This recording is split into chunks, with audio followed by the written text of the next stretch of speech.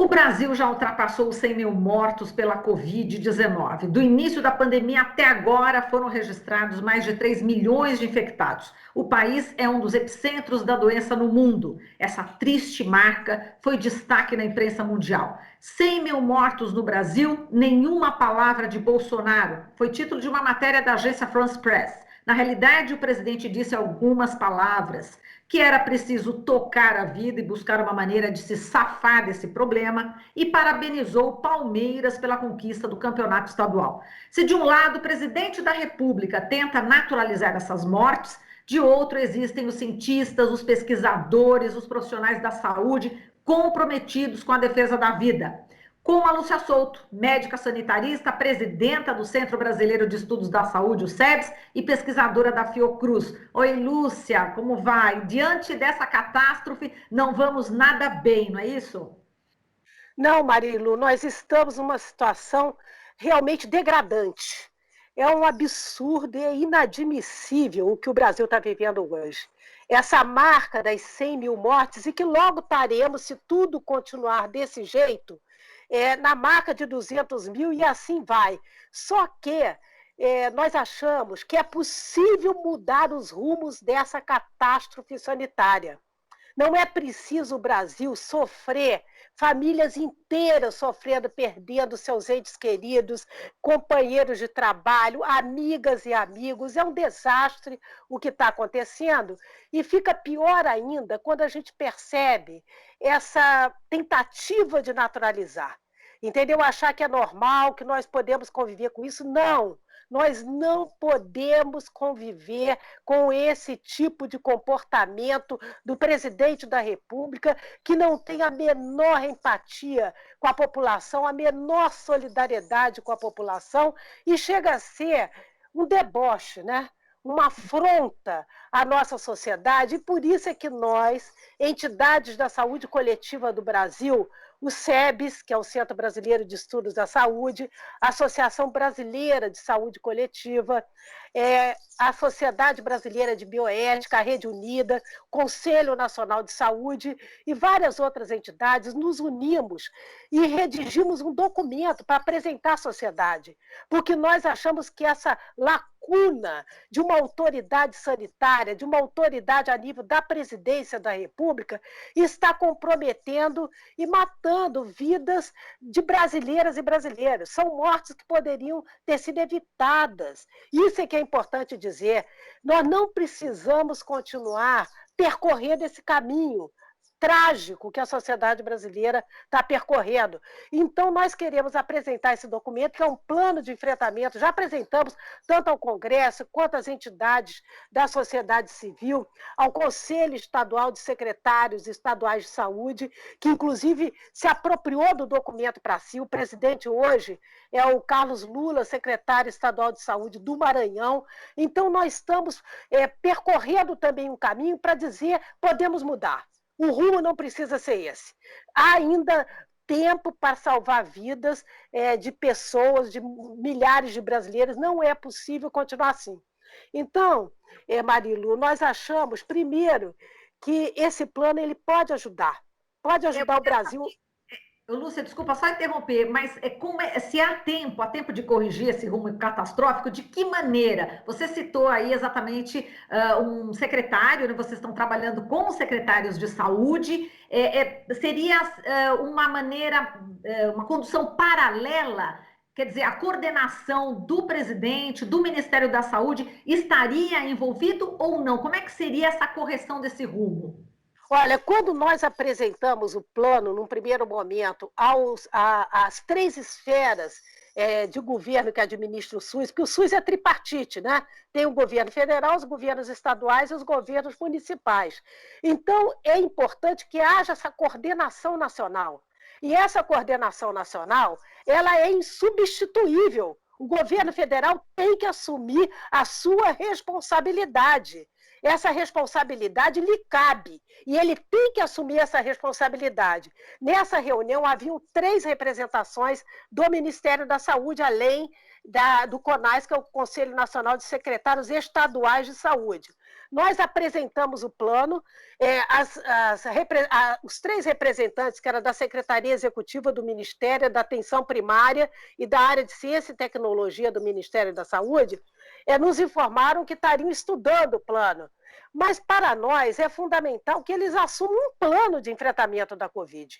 Entendeu? Seja que plano, dialogando com o nosso plano, dialogando com a sociedade, com os secretários estaduais de saúde, mas que apresente um plano. O que não dá é para a gente ver o Ministério da Saúde, primeiro, o SUS totalmente desfinanciado, totalmente sucateado. Nós perdemos, desde 2018, pela emenda constitucional 95, 22,5 bilhões de reais.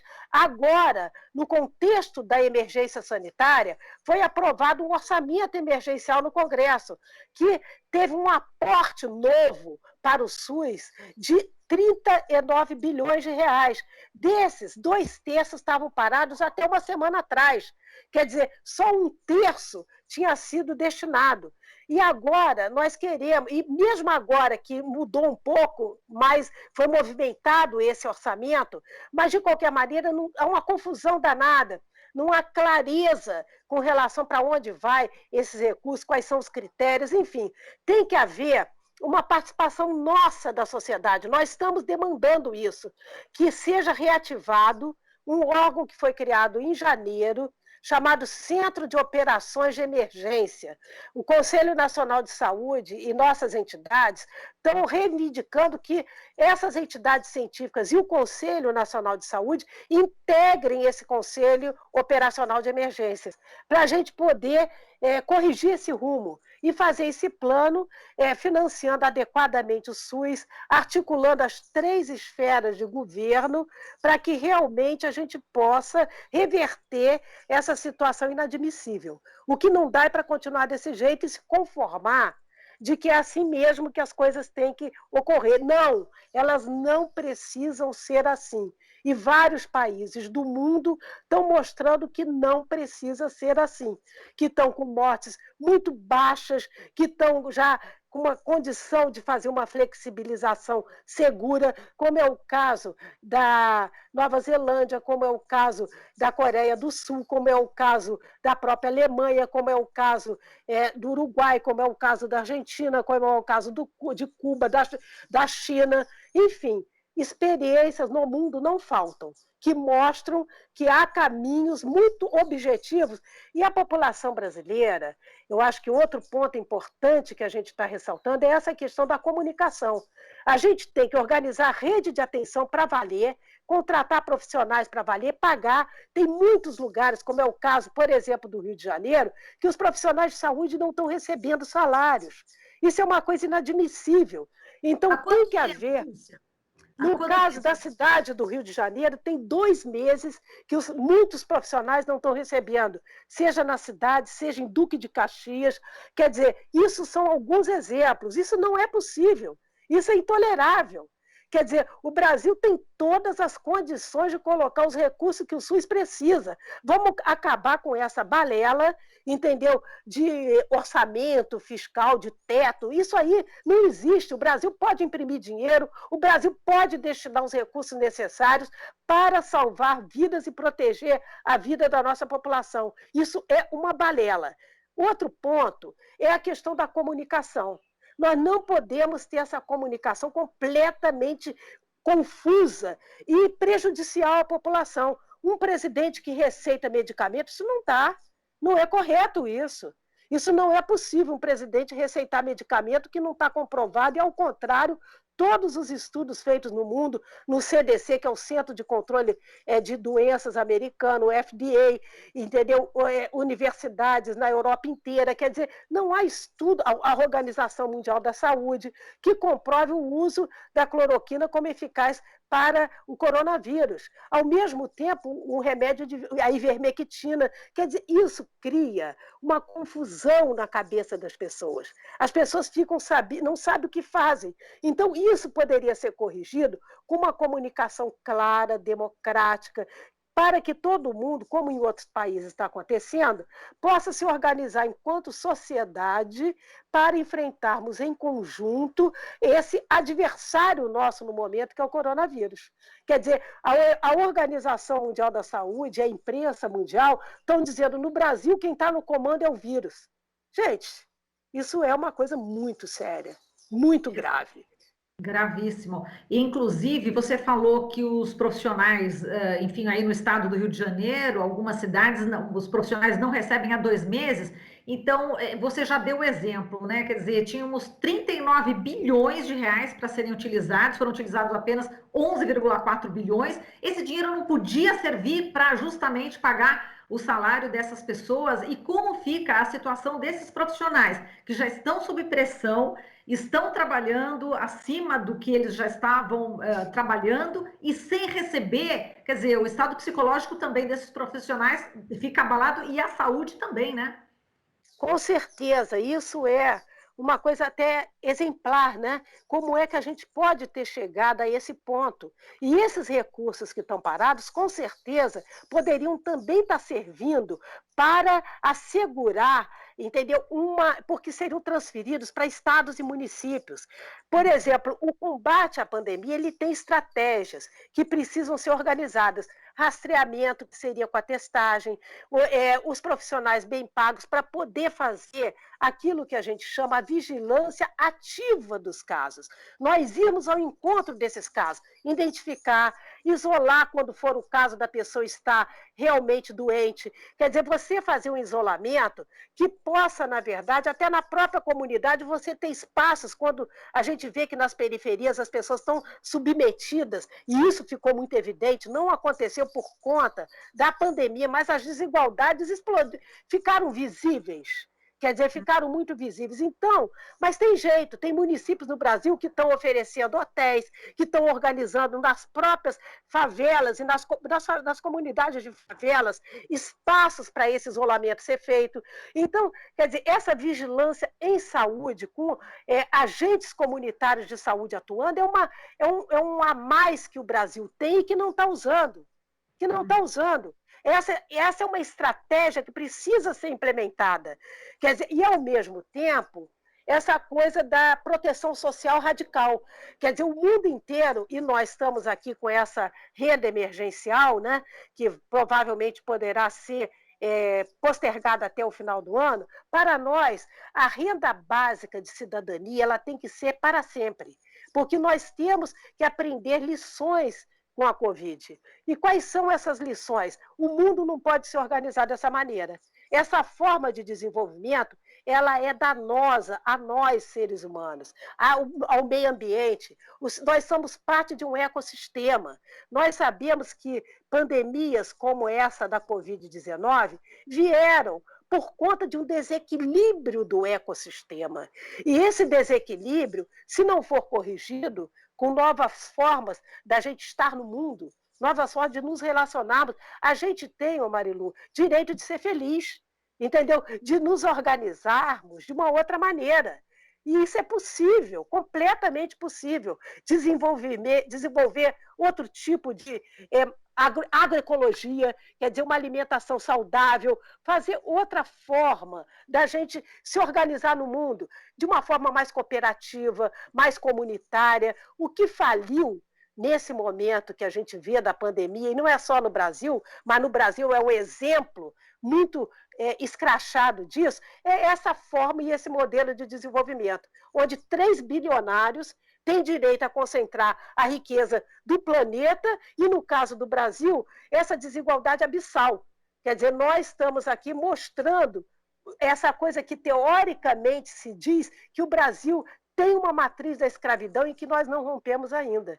Quer dizer, essa desigualdade inominável, ela não pode também continuar. É possível distribuir riqueza.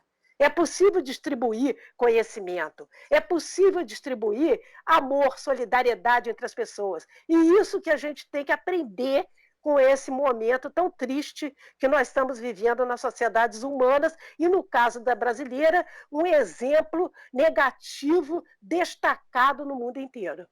Exato. Vou te colocar também uma outra questão. Em Tocantins, Lúcia, tem respiradores estocados, não são utilizados porque não tem profissionais suficientes para operar os aparelhos. Quer dizer, novamente, é um outro exemplo de como o governo federal não está distribuindo a verba para os estados. E a conclusão, as pessoas realmente estão morrendo por conta disso, né, Lúcia? Marilu, porque é isso que a gente coloca, por exemplo, de não haver um plano de enfrentamento articulado pelo governo federal, governos estaduais e municipais. Por exemplo, não ter pessoal para operar os respiradores, isso é criminoso. O nome disso é crime, entendeu? Porque você teria condições, o governo lá atrás, esse governo que está aí, ele acabou com o programa Mais Médicos. Quer dizer, nós tínhamos uma quantitativo de profissionais de saúde no Brasil que foram simplesmente dispensados. O consórcio do Nordeste, de uma maneira correta, eles contrataram muitos médicos que estavam precisando só fazer o revalida, médicos que alguns, até brasileiros que fizeram o seu curso de medicina fora do Brasil, precisavam reconhecimento do revalida aqui no Brasil. Isso foi feito, e isso significou um aporte de 15 mil profissionais médicos naquela região. Quer dizer, por que não podemos também estar identificando profissionais do Brasil inteiro e oferecendo um salário até mais digno nesse momento e para a tarefa que eles vão ter que cumprir para essas regiões que estão com uma carência enorme?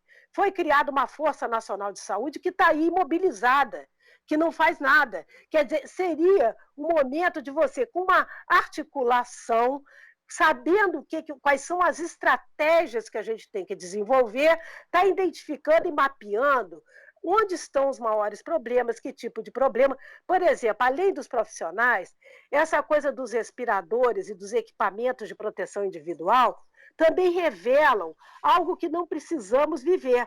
Por exemplo, o Brasil ele tem todas as condições de produzir respiradores. Não precisamos ficar mendigando no comércio brutal internacional a compra de respiradores. Poderia o governo, com compromisso com a sua população, reconverter indústrias para que elas produzissem já em janeiro, entendeu? Os equipamentos necessários para atender a população. Equipamentos de proteção individual, a mesma coisa. Quem foi que acabou dando um exemplo nesse momento, mas numa escala ainda não adequada para as nossas necessidades? As universidades públicas. Muitas delas produziram, aquelas que dizia que era a balbúrdia, a baderna, foi onde se produziu equipamentos de proteção individual, onde se produziu álcool gel, onde se produziu, inclusive, respiradores, como foi o caso aqui da COP, na Universidade Federal do Rio de Janeiro, e outras universidades públicas a nível do Brasil. Agora, imagina um país que trate um sistema único de saúde, que é um bem público da nossa sociedade, à altura dos desafios que nós temos pela frente, colocando os recursos necessários, que coloque para funcionar o complexo econômico e industrial da saúde, que gera milhões de empregos, traz soberania e segurança sanitária para o país. Quer dizer, você não precisava ter essa completa fragilidade do país diante disso, porque nós temos um a mais. Qual é o a mais que nós temos? Um sistema único universal de saúde. Isso é a grande vantagem que o Brasil tem diante de outros países. Tem um sistema universal capilar que vai a todos os municípios brasileiros e que precisa do quê? De investimento, precisa de tratar com dignidade os seus profissionais, para que, assim, eles possam proteger e salvar vidas a tempo da população brasileira. Mas, Agora, Marilu, a gente acha que ainda há tempo. pois é, eu ia te perguntar isso, Lúcia. A gente viu aí com essa questão toda, né, lastimável dos 100 mil mortos aqui no Brasil, o Mike Ryan, né, o diretor de operações da Organização Mundial da Saúde, disse que o vírus ainda aqui no Brasil tá ativo, está se espalhando e que o governo deveria apoiar a sociedade. Vou até ler aqui o que ele falou. É difícil agir como comunidade se não recebe apoio. Ela precisa de recursos e conhecimento. Sociedades não podem agir com as mãos atadas nas costas. Caso não ocorra exatamente o que você está sugerindo, né, que todas essas entidades, secretários de saúde, enfim, se isso não ocorrer, a gente vai continuar nesse platô alto? Qual que é o nosso futuro próximo, caso essas medidas que você acabou de falar, Lúcia, não sejam tomadas? Olha, Marilu, nós já estamos numa situação de catástrofe sanitária. Quer dizer, se essas medidas não forem tomadas, no patamar que a pandemia está no Brasil, isso só tende a piorar de uma maneira, inclusive, acelerada. Eu acho que o Brasil tem que fazer um alerta, entendeu? As pessoas não podem ficar naturalizando esse número absurdo de mortes e nós temos responsabilidade. Isso é que eu acho que é importante a gente dizer. Cada um de nós é responsável pelos rumos que o país tem. Nós temos que pressionar o governo federal, sim, porque ele tem uma responsabilidade pelo cargo que ocupa, a presidência da República. Agora, caso a gente não consiga reverter, eu acho importante que a gente pressione para que consiga essa reversão, é realmente uma situação, eu vou te dizer, trágica, trágica mesmo, porque o Brasil está longe de ter controlado essa pandemia, está longe, entendeu? Nós estamos com platô e uma estabilização nos estados, porque como o Brasil é um país continental, nós temos diversos cursos da epidemia em várias regiões do Brasil. Então, mas mesmo naqueles estados que são considerados estabilizados, a estabilização é num patamar elevadíssimo de casos. Então, isso significa um risco muito presente na nossa sociedade. E por isso a nossa insistência e a nossa ação, porque eu acho que a ação política de todos nós ela é importante, ela pode mudar esse curso, e por isso a gente está colocando esse debate, porque temos que reverter essa situação, porque senão será um ranking trágico que o Brasil estará sendo campeão, digamos assim. Tá certo, Lúcia. Olha, a gente agradece aqui a sua participação, toda essa sua reflexão. Muito obrigada aqui pela entrevista e muito obrigada por esse seu empenho, pelo seu trabalho diante aí dessa catástrofe realmente sanitária que nós estamos vivendo. Forte abraço, Lúcia. Forte abraço, Marilu. Obrigado. Obrigada. Falamos aqui com a Lúcia Souto, médica sanitarista, presidenta do Centro Brasileiro de Estudos de Saúde, da Saúde, o SEBS, e pesquisadora da Fiocruz. Você está ouvindo Jornal Brasil Atual. As notícias que os outros não dão.